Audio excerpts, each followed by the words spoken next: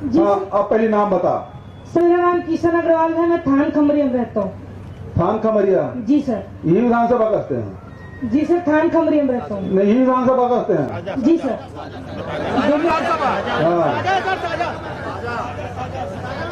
काली कावर नहीं आज बाबू ते हैं?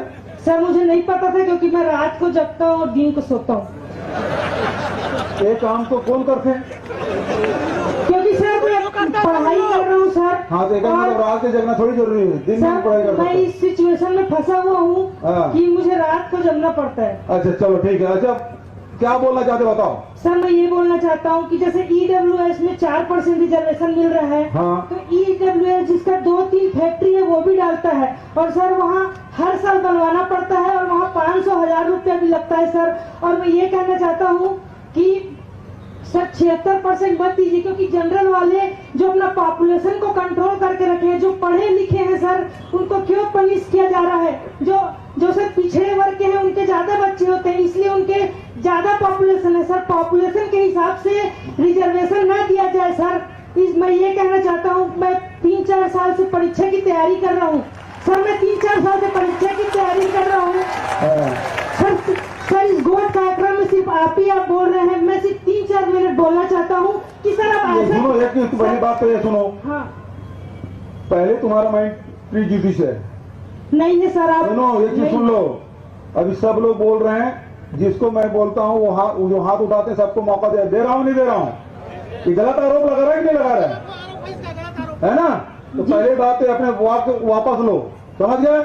और ये मौका मिला है तुमको। किस मुख्यमंत्री के पास तुम्हारे पिताजी कभी बात किए? सर मेरे पिताजी, मैं जब छोटा था 8 क्लास में था, तुम्हारी मम्मी कभी बात की? तुम्हारे चाचा कभी बात किया है? किस तरीके से सर?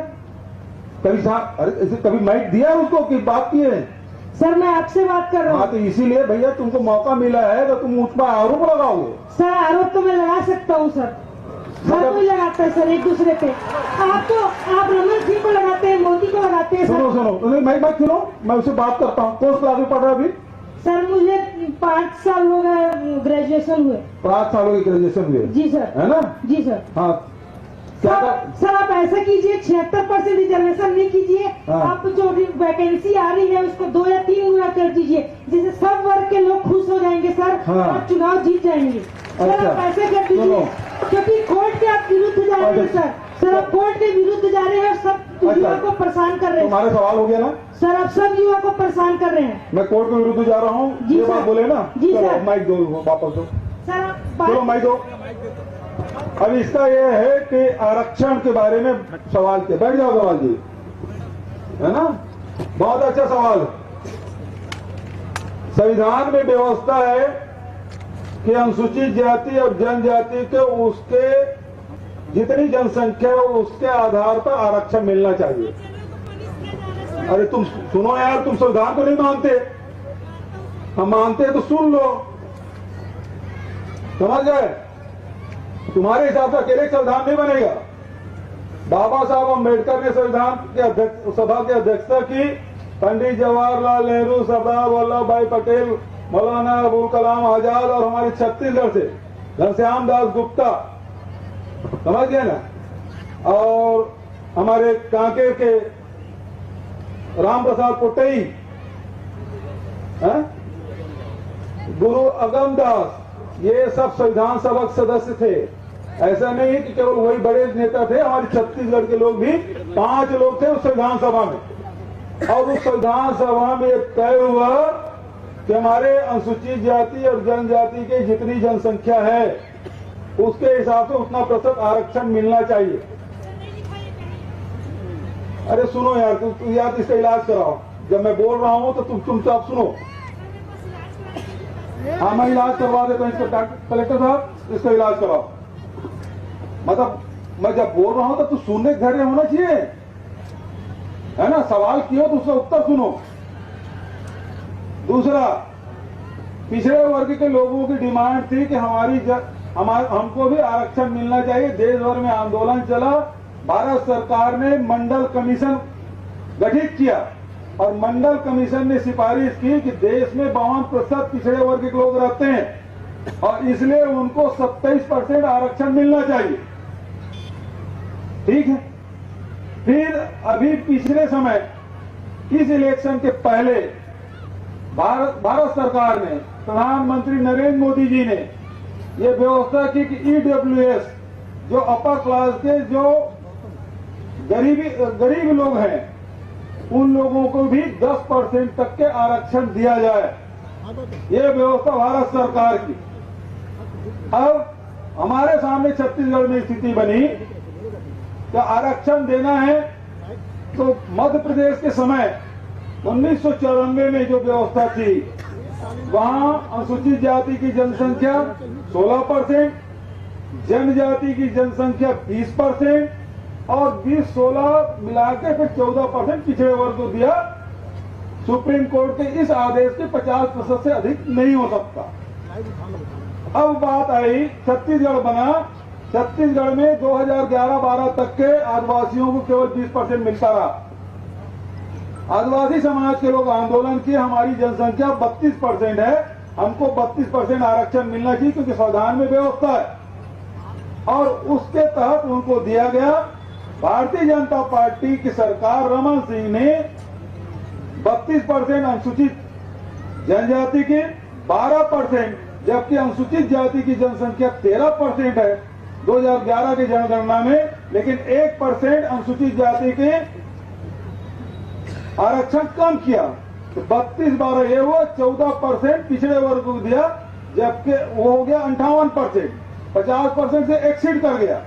ऐसे में कुछ लोग कोर्ट गए और कोर्ट का फैसला आया कि ये जो आदेश को निरस्त किया जाता है। और अब फिर से जब लोग ये डिमांड किए तब विधानसभा की विशेष सत्र बुलाया गया। विशेष सत्र में सभी उस विधानसभा में ऐसा कोई वर्ग नहीं है जिसके विधायक ना रहते हों, चाहे वो अपर क्लास के लोग हों, ठाकुर ब्राह्मण अग्रवाल की बात करें, चाहे पिछड़े वर्ग की बात करें, उस वर्ग के विधायक हैं। अनुसूचित जाति और जनजाति के विधायक तो हैं ही आरक्षण के चलते। और सभी राजनीतिक दल, उसमें कांग्रेस भी है, भारतीय जनता पार्टी है, जोगी कांग्रेस है, बहुजन समाज पार्टी, सब पार्टी के प्रतिनिधित्व वहां है।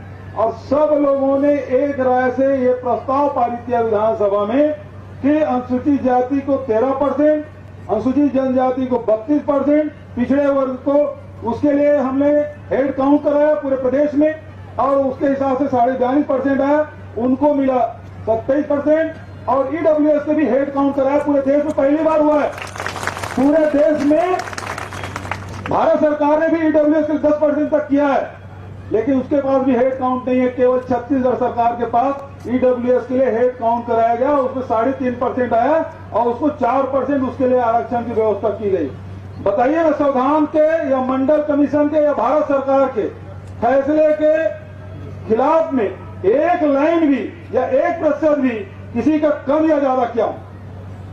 मैंने वही किया जो संविधान में व्यवस्था है, मैंने वही किया जो मंडल कमीशन की सिफारिश है, मैंने वही किया जो भारत सरकार की सिफारिश है।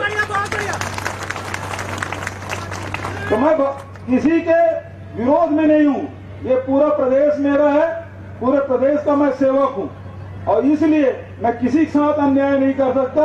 जो व्यवस्था संविधान में है, जो भारत सरकार का आदेश है, और अब सुप्रीम कोर्ट ने भी कह दिया कि 50% तक की सीलिंग था। और ईडब्ल्यूएस के लिए कुछ लोग गए कोर्ट, सुप्रीम कोर्ट ने कहा ईडब्ल्यूएस को जो आरक्षण दिया गया वो गलत नहीं है, आर्थिक आधार पर जो दिया गया वो सही है। तो अब 50% से अधिक हो गया, समझ गए ना? 50% इसमें अपर क्लास को भी मिल रहा है, पिछड़े वर्ग को भी मिल रहा है, अनुसूचित जाति को मिल रहा है और जनजाति को मिल रहा है। और उसके बाद भी 24% बचा है। हमारी जनसंख्या कितनी है? 3.5%। उसके बाद भी तुमको 24% का मिल रहा है, तब भी तुम्हारा पेट नहीं भर रहा है। अब हो गया तुम्हारा सवाल।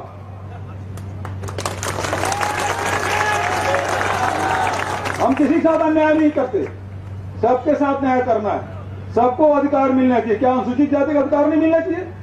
क्या जनजाति के लिए अधिकार नहीं मिलने चाहिए? क्या मेरे पिछड़े वर्ग के लोगों को नहीं मिलना चाहिए? क्या मेरे अपर क्लास के साथी हैं उनको नहीं मिलना चाहिए, जो आर्थिक रूप से कमजोर है? सबको मिलना चाहिए। ये छत्तीसगढ़ है और कांग्रेस पार्टी सबके साथ न्याय करती है, जहर बोने का काम नहीं करती। तुम्हारे दिमाग में जहर भर दिया गया है। सबको मौका दे रहे हैं। और क्यों आरक्षण लागू है उसके बाद घंटों डिस्कशन किया जा सकता है। समय लेकर आ जाना, उसके बारे में डिस्कशन कर लेंगे। मुझे याद है अजय चंद्राकर ने कहा था विधानसभा में, दलगत राजनीति से बंधा हुआ मैं आरक्षण के विरोधी हूं। कि शायद उसी विचारधारा के लोग हैं। जो लोग हजारों साल से दबे कुचले हैं उनको बराबर लाने की जिम्मेदारी किसकी है? सरकार की है। जो दलित है, शोषित है, पीड़ित है, अनुसूचित जाति जो हजारों साल से अस्पृश्यता के झेल रहे हैं दुख, कुत्ते बिल्ली को गोद में रखते हो, अपने घर में रखते हो, अपने बेड में सुलाते हो, और जो गरीब जो अनुसूचित जाति के लोग हैं उसे घृणा करते हो। ये हमारे समाज के दुर्भाग्य। और इसी समानता लाने के लिए बाबा साहब अम्बेडकर ने व्यवस्था की कि नहीं, हम सब समान हैं। अभी गुरु घासीदास जी की जयंती चल रही है, अब वो ले जाओ उसको। मानसिक रूप से कुछ गड़बड़ लगता है, देखो चेक कराओ। बाबा साहब अम्बेडकर ने समानता की बात की, अभी गुरु घासीदास जी की जयंती चल रही है, पूरा पखवाड़ा चल रहा है। बाबा जी ने क्या कहा? बाबा जी ने कहा मन के एक समान, समानता की बात, भाईचारा की बात, ये बाबा जी संदेश।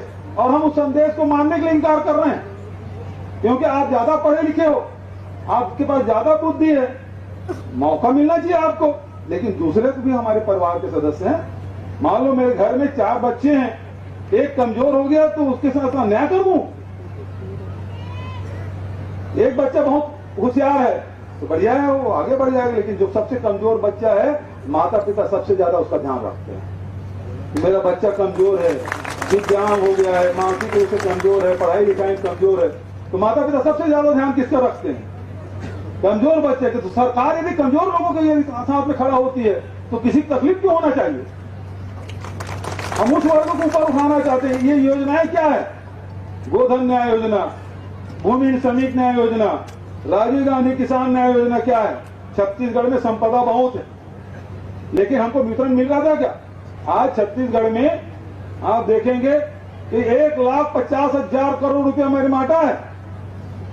1,50,000 करोड़ सीधा किसानों के, मजदूरों के, गरीबों के, महिलाओं के जेब में पैसा गया है। ये पहले भी पैसा था, वो मिलता था क्या आपको? तो पैसा किसके जेब में जाता था? इसका कोई जवाब है? आज हमने व्यवस्था करके दिखा दी। आज 4 साल हो गया, अभी इस 4थे साल में हमने 1 पैसा कर्जा नहीं लिया। ये व्यवस्था है।